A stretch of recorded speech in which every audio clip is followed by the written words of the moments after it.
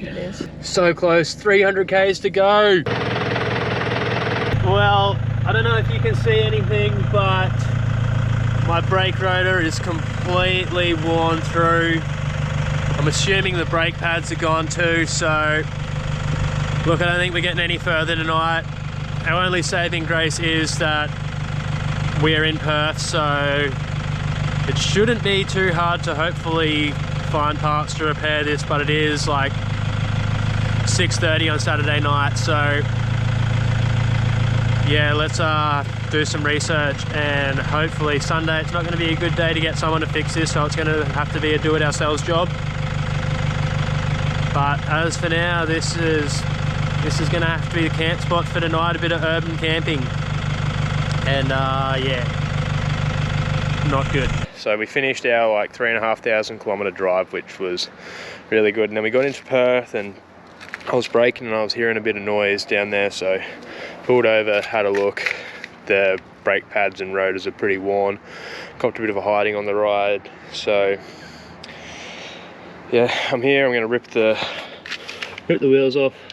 Got to wait for Repco to open at 11. It's now 9, so I'm going to rip the wheels off, have a look, and hopefully I can get these changed today, and we'll get back on the road to Margaret River, and we'll be able to surf tomorrow. So hopefully everything goes smoothly. Never done this before, but hopefully it's pretty straightforward. Never is though.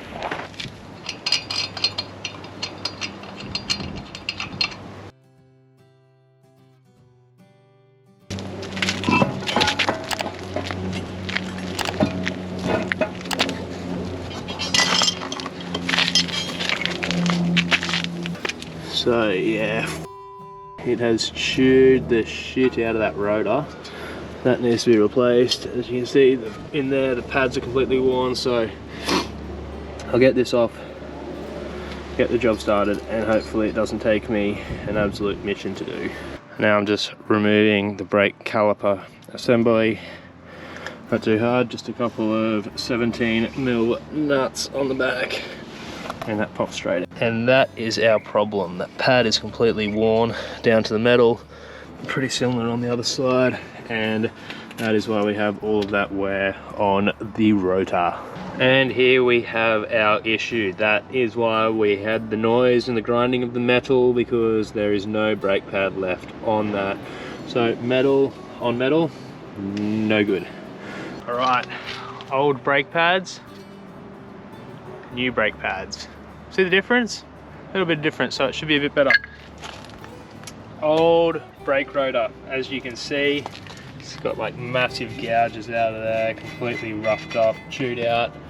New rotor, nice and shiny and smooth. I didn't get the rotors that I wanted because they didn't have them in stock, but we're not really in a situation to be picky right now. I'm waiting 3 days for parts to come in, so just got standard rotors, Bendix pads, so they're better than the last ones. Still not the ones I wanted, but we're going to be doing a lot better than we are right now with these new ones on there. So let's chuck it all back together, bleed the brakes, and hopefully we have got a goer, and we'll be back on the road very shortly. All right, now onto the other side. This side's definitely nowhere near as bad, but while I'm at it, I'm going to change them both so they're both new, both went in at the same time, so they're both going to wear at the same rate.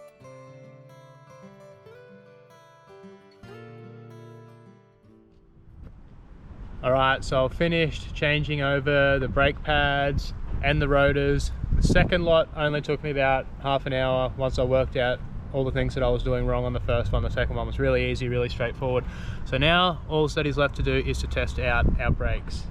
So let's see how we go.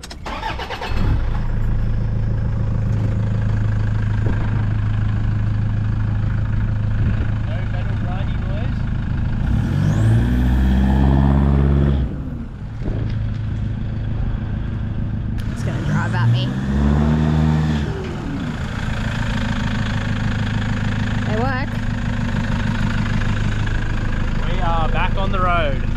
So clean up all my tools, clean myself up, clean the car up, clean everything up. hook the van up, and then let's head to Bunbury Farmers Markets, because we got no food because they made us throw out all of our good stuff at the border crossing like 2 days ago, so we're starving. Need some fresh goodies. Let's get some goodness. The last 300 kilometers of our journey, for the most part, was unnoteworthy, except for this couch that fell off a ute and this rainbow. 6 long days on the road can really take a toll, so we were happy to reach our home for the next few months. The grand total for us to travel from Bells Beach to Margaret River, towing our Jayco Caravan, was $2,105 dollary-doos.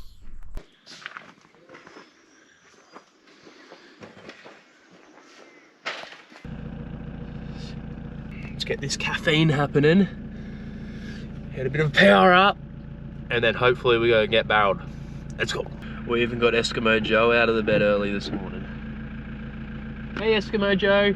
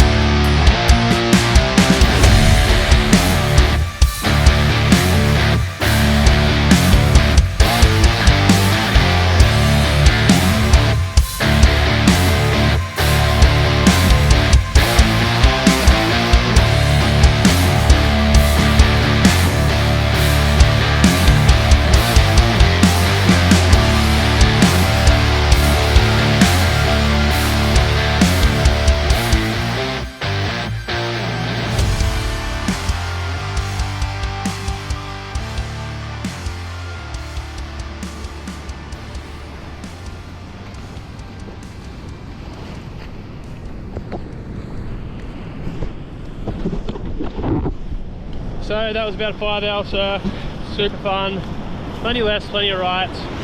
Wind started to come up a bit now, so getting a bit hungry. So I might go and try and find some abalone, and we'll grill that up, a big lunch, and see what is happening, and reevaluate and do something else this afternoon.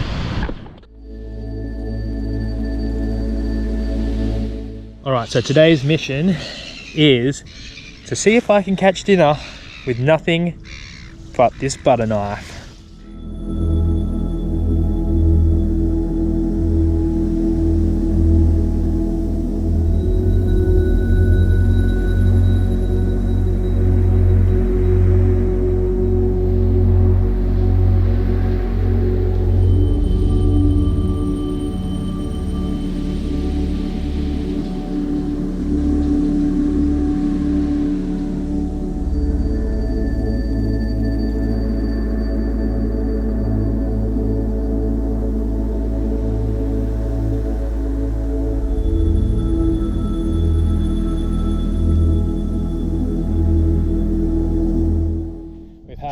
nice little quick dive then. We've got a bunch of abalone, so we're going to cook those for lunch or dinner.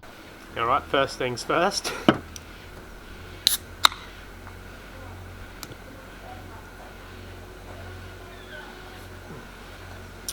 What we have here is 19 rows abalone. You'll notice they're very different to the ones that we were getting in New South Wales. They're much smaller, but they're still super tasty and pretty abundant around here. So you're allowed to keep 20, and I'm not the best counter, so I got 19. So yeah, I'm just going to run you through quickly how to clean these up and get them ready to eat. Alright, so you want to come to the thickest part of the abalone, and you'll see the stomach down in there. You want to avoid that and just cut the base of it out.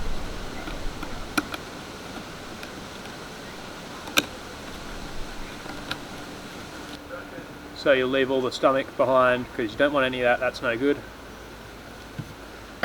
And here is our little abalones.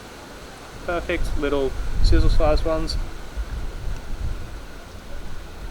We give them a wash, and basically we just want to get all the black stuff and all the lips basically off it. So I just carve around the outside.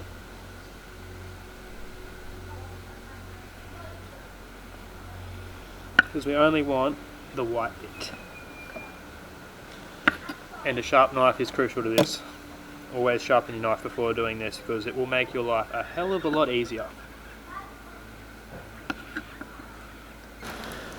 Alright, so that's pretty good there. That's basically what we're looking to achieve. And then with this, I'm just going to try and slice it nice and finely.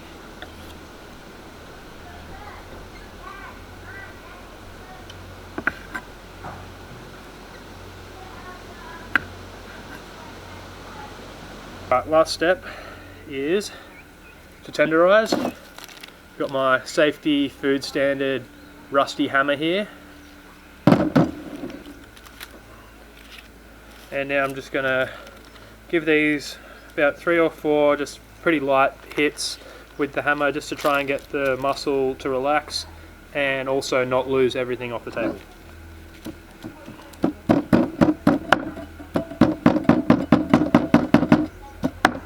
And they are very slippery, so they will slide all over the place.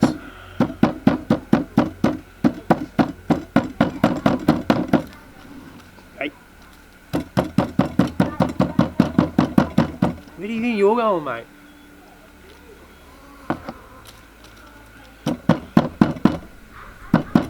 Don't do it. I'll skull ya.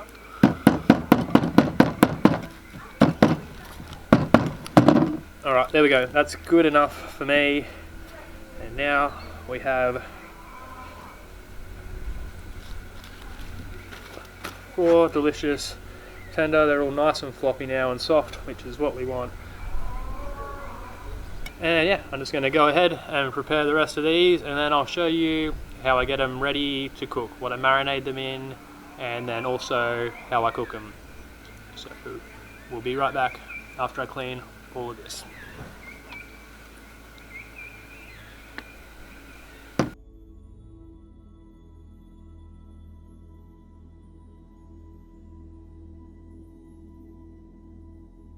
It is time to marinate these abalones. We're going to use some minced garlic, pepper, chili flakes, salt, preferably butter, but I don't have any on this occasion, so we're going to mix it up and give the olive oil a try. Should still be fine.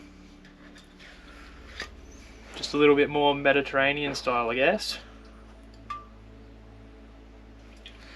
A good splash of oil. This is the star of the show though. The minced garlic. We'll go about a tablespoon of that. A little bit more.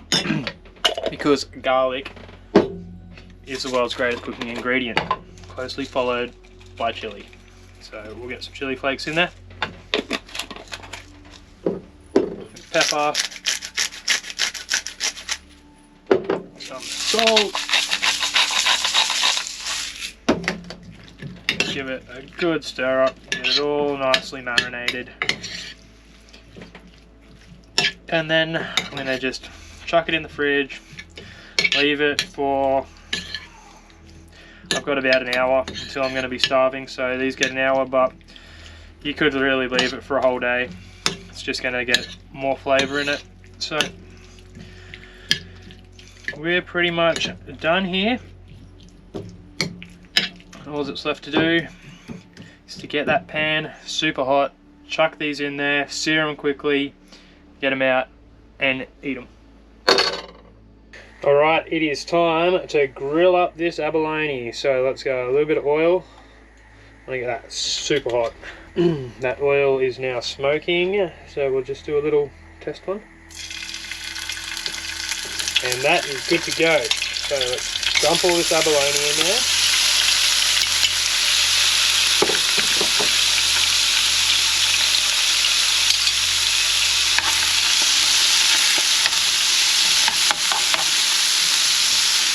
Oh, it smells so good already.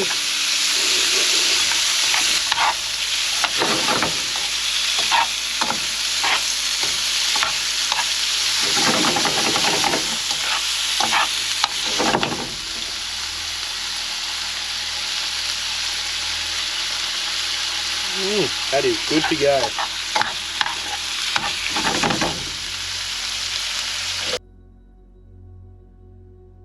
Alright, we'll finish this off. Bit of fresh lemon.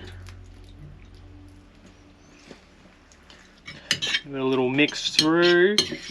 And then it is my favourite time.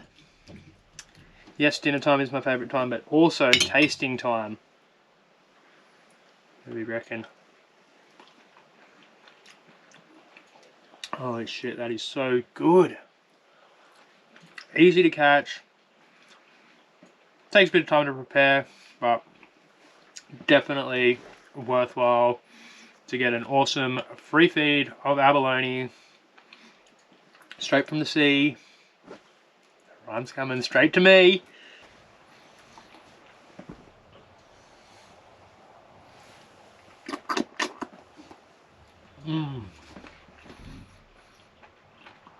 Everyone in Queensland, where the water's warm, you might have warm sunny days, but you don't have abalone, so you guys are missing out.